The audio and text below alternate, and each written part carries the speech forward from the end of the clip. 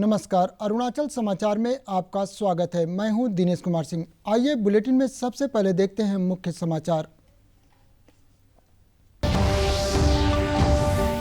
अरुणाचल प्रदेश में स्थानीय निकाय चुनाव में मतदान का प्रतिशत बढ़कर हुआ लगभग 73%। राज्य के 3 जिलों के 8 मतदान केंद्रों पर कल कड़ी सुरक्षा के बीच दोबारा डाले जाएंगे वोट। मतगणना 26 दिसंबर को।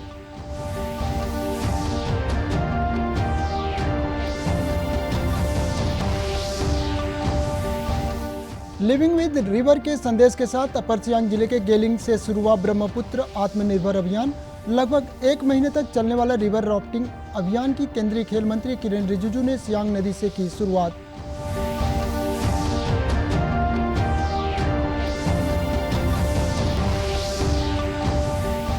केंद्रीय मंत्रिमंडल ने फिल्म प्रभाग, फिल्मोत्सव निदेशालय, national film archives of India और भारतीय बाल फिल्म सोसाइटी को राष्ट्रीय फिल्म विकास निगम में दी मंजूरी।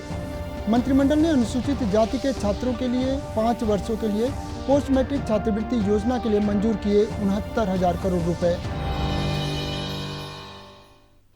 अरुणाचल प्रदेश में कल हुए स्थानीय निकाय चुनाव के लिए लगभग 73% मतदान हुआ। ईटानगर स्थित राज्य चुनाव आयोग के कार्यालय में पत्रकारों से बातचीत में राज्य के चुनाव आयुक्त हागे कोजिन ने बताया कि अभी भी कई जिलों से मतदान के आंकड़े आ रहे हैं और इसे ध्यान में रखते हुए मतदान प्रतिशत बढ़ने की संभावना है। उन्होंने बताया कि राज्य में मतदान शांतिपूर्ण रहा। श्री कोजिंग ने कहा कि राज्य के 8 मतदान केंद्रों पर कल पुनर्मतदान कराया जाएगा। इनमें लोंगडिंग जिले में 1, कामले जिले में 2 और अपर सुबनसिरी जिले के 5 मतदान केंद्र शामिल हैं। उन्होंने कहा कि राज्य के 110 ग्राम पंचायत सीटों के लिए चुनाव विभिन्न कारणों से नहीं हुआ था और वर्तमान चरण की चुनावी प्रक्रिया समाप्त होने के बाद राज्य निर्वाचन आयोग इस पर अंतिम निर्णय लेगा। राज्य में स्थानीय निकाय चुनाव की मतगणना 26 दिसंबर को होगी।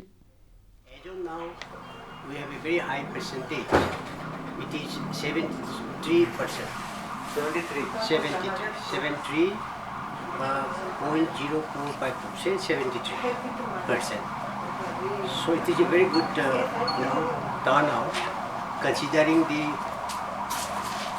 special situation that we are facing right now due to COVID and all that. And the highest district which polled is the Longding district. Polling percentage is 86.07, say 86%. And second highest is Lower Dibang Valley, 85. And of course the lowest is Pasigat municipality, not the urban one.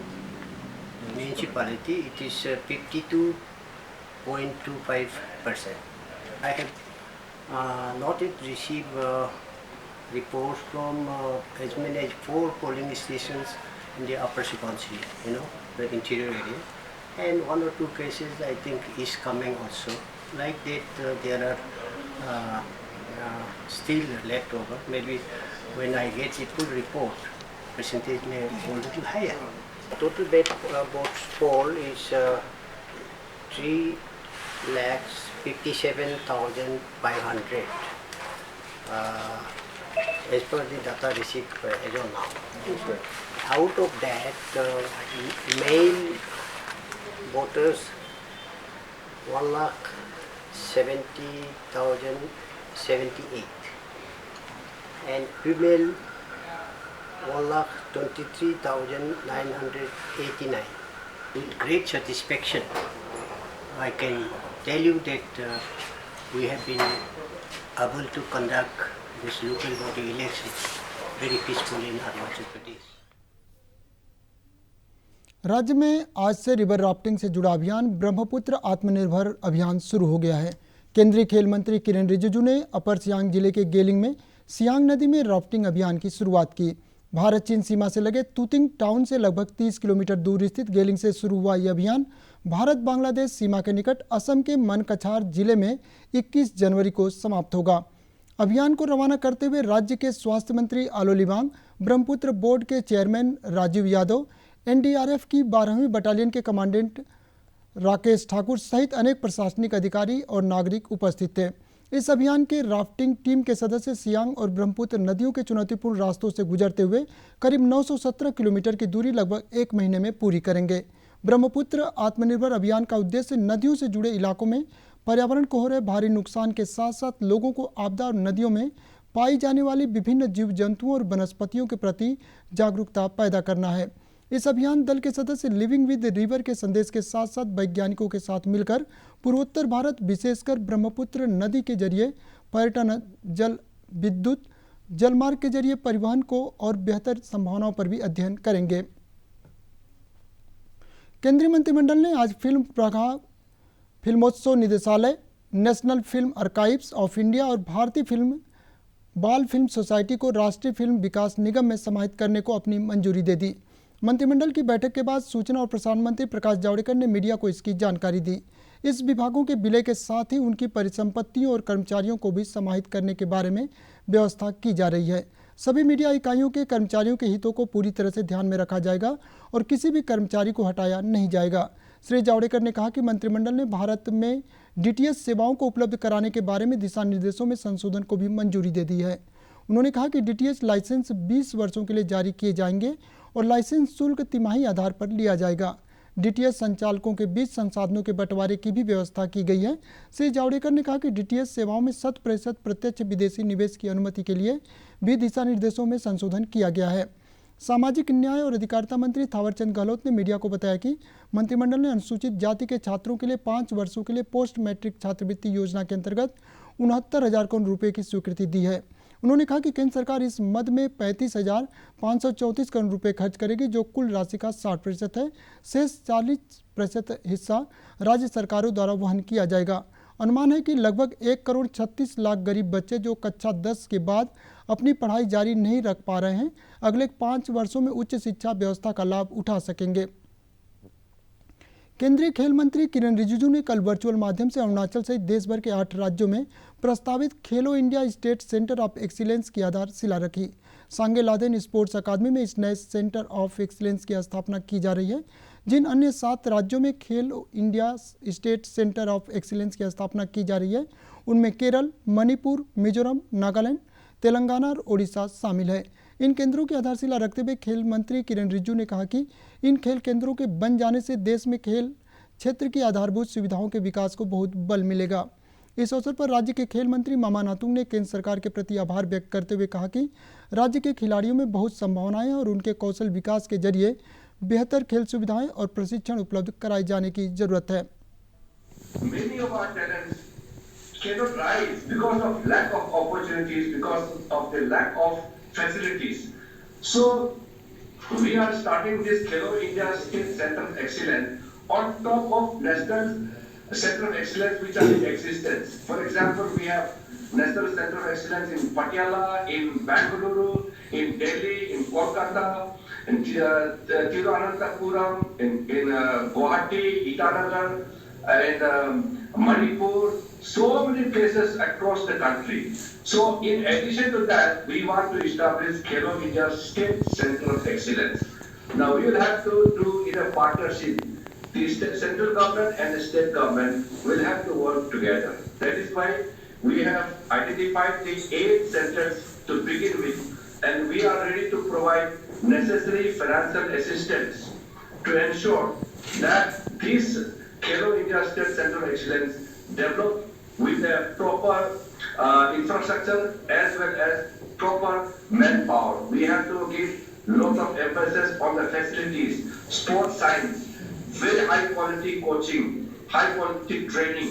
So many things are to be put into our effort to make India truly a global superpower. We have already laid our objective of putting India into top 8 in the 2028 Los Angeles Olympics. Because India is a large country, we have huge potential. We cannot be satisfied with 1 or 2 medals. So we have to be there in the top 10. And to make India as one of the great sporting nations, we have to ensure that the state level centers are developed up to the standard. So my congratulations to all the citizens of these 8 states, especially the young boys and girls who will be taking benefit out of this special central. मुख्यमंत्री पेमा खांडू ने आज राजभवन में राज्यपाल doctor B D Mishra से मिलकर राज्य में अर्थव्यवस्था को मजबूत करने में जनता के हित में विकास गतिविधियों और कानून एवं व्यवस्था के मुद्दे पर चर्चा की। राज्यपाल ने प्रदेश में अपार आर्थिक संभावनाओं को ध्यान में रखकर ग्लोबल इन्वेस्टमेंट को आकर्षित करने के लिए आवश्यक कदम उठाए जाने का सुझाव दिया। राज्यपाल ने राज्य में पर्यटन के साथ साथ सांस्कृतिक और पारंपरिक विरासत पर फिल्म निर्माण को प्रोत्साहित किए जाने पर भी बल दिया। डॉक्टर मिश्रा ने युवाओं में बढ़ रही नशे की प्रवृत्ति के प्रति अपनी चिंता जताते हुए मुख्यमंत्री से इसके खिलाफ सख्त कदम उठाने की अपील की। प्रधानमंत्री नरेंद्र मोदी ने कहा है कि भारतीय वैज्ञानिकों ने असाधारण अनुसंधान किया है और भारतीय प्रौद्योगिकी उद्योग वैश्विक समस्याओं के समाधान में सबसे आगे है। कल शाम भारतीय अंतर्राष्ट्रीय विज्ञान महोत्सव में वीडियो कॉन्फ्रेंसिंग के माध्यम से अपने उद्घाटन भाषण में श्री मोदी ने कहा कि विश्व स्तरीय वैज्ञानिक समस्याओं के लिए भारत के पास डेटा, जनसांख्यिकी मांग और लोकतंत्र है। श्री मोदी ने कहा कि नई शिक्षा नीति कम आयु से ही वैज्ञानिक सोच विकसित करने में सहायक होगी। श्री मोदी ने विज्ञान और प्रौद्योगिकी का लाभ सभी तक पहुंचाने के महत्व को रेखांकित किया। उन्होंने कहा कि विज्ञान और प्रौद्योगिकी गरीब व्यक्ति को सरकार के साथ जोड़ रही है। प्रधानमंत्री ने वैश्विक समुदाय से भारतीय प्रतिभा और नवाचार में निवेश का आह्वान किया। समाज में वैज्ञानिक सोच को बढ़ावा देने के लिए विज्ञान और प्रौद्योगिकी एवं पृथ्वी विज्ञान मंत्रालय ने ज्ञान भारती के साथ मिलकर भारतीय अंतर्राष्ट्रीय विज्ञान महोत्सव आरंभ किया था। Our tech industry is at the forefront of solving global problems, but India wants to do more. We look at the past with pride, but want an even better future. आज भारत के एजुकेशन सिस्टम में structural reforms किए जा रहे हैं ताकि किताबी ज्ञान से आगे निकलकर स्पिरिट ऑफ इंक्वायरी को बढ़ावा मिले। 3 दशक के लंबे समय के बाद देश को नेशनल एजुकेशन पॉलिसी मिल चुकी है। इस पॉलिसी के एजुकेशन सेक्टर को फोकस ही बदल गया है। पहले आउटलेस पर फोकस था, अब आउटकम्स पर है। पहले टेक्स्ट बुक की पढ़ाई पर फोकस था, अब रिसर्च और एप्लीकेशन पर है। नई नेशनल एजुकेशन पॉलिसी एक ऐसा माहौल देश में बनाने पर भी फोकस कर रही है जिससे टॉप क्वालिटी टीचर्स का एक पूल देश में तैयार हो सके।